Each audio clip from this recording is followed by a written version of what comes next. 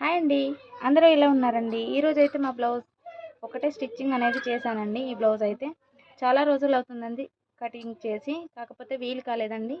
ఇదైతే 34 సైజ్ అండి. బ్లౌజ్ అయితే స్టిచ్చింగ్ అయితే చేశాను. దీంట్లో క్లాత్ అనేది మిగలలేదు కాబట్టి సిల్వర్ థ్రెడ్ తోటి అయితే డోరీస్ పెట్టాను ఫ్రెండ్స్. నేనైతే ఇప్పుడైతే ఇంకో బ్లౌజ్ కూడా స్టిచ్చింగ్ చేయాలండి. ఇవి రెండు అయితే ఒకటేసారి కట్ చేశాను, కాకపోతే ఒకటైతే స్టిచ్చింగ్ చేశాను. వీళ్ళ పాపది ఒక ఫ్రాక్ కూడా స్టిచ్చింగ్ చేయాలండి, అది కూడా వీడియోలో పెడతాను. కాకపోతే ఇప్పుడైతే ఒక కస్టమర్ అయితే వచ్చారండి, రెగ్యులర్ కస్టమర్.